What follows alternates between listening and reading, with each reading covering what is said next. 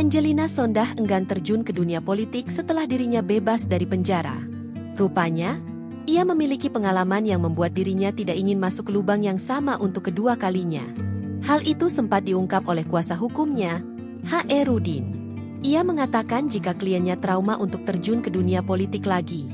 Dia pernah bilang sama saya, trauma pada politik. Dia nggak mau berbicara politik lagi. Ujarnya, dikutip dari Tribun News. Sebelumnya, yang bersangkutan pernah menyinggung soal hal yang sama. Saat masih dalam tahanan, mantan Putri Indonesia itu tertawa kecil ketika ditanya soal keinginan masuk dalam dunia politik. Saya ingin jadi petani. Saya ingin bebas dan ingin tenang menjalani profesi dengan bertani jika sudah bebas nanti.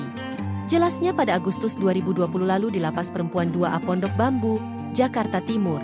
Karena kemandirian di dalam lapas harus bekerja, jadi saya bekerjanya dengan berkebun, kena matahari dan berkeringat. Tambahnya, menjelaskan kegiatan yang ia lakukan saat di dalam lapas. Diketahui, sebelumnya Angelina Sondah sempat terjerat kasus korupsi pada tahun 2012 lalu. Ia terseret kasus korupsi pembangunan Wisma Atlet di Palembang. Dirinya terbukti menerima 2,5 miliar rupiah dan $1.200.000 Amerika. Ia lalu dijatuhi hukuman selama 10 tahun penjara dan denda 500 juta rupiah subsidiar 6 bulan penjara.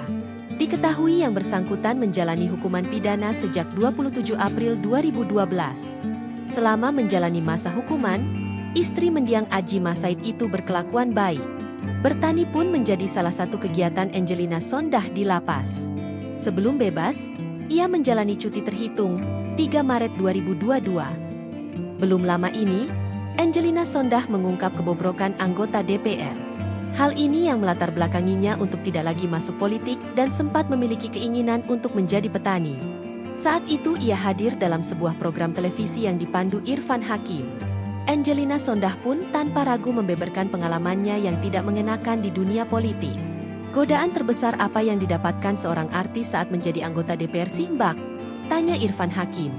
Karena ini gak akan cukup, tunjangan. Jawabnya, karena itu mungkin karena kita ingin nyalon lagi, ingin mendapatkan kepercayaan rakyat lagi, maka of course mungkin biayanya tidak sedikit. Dan kan mereka, anggota DPR, harus membangun komunikasi yang intensif, tandasnya. Download Tribun X sekarang, menghadirkan lokal menjadi Indonesia.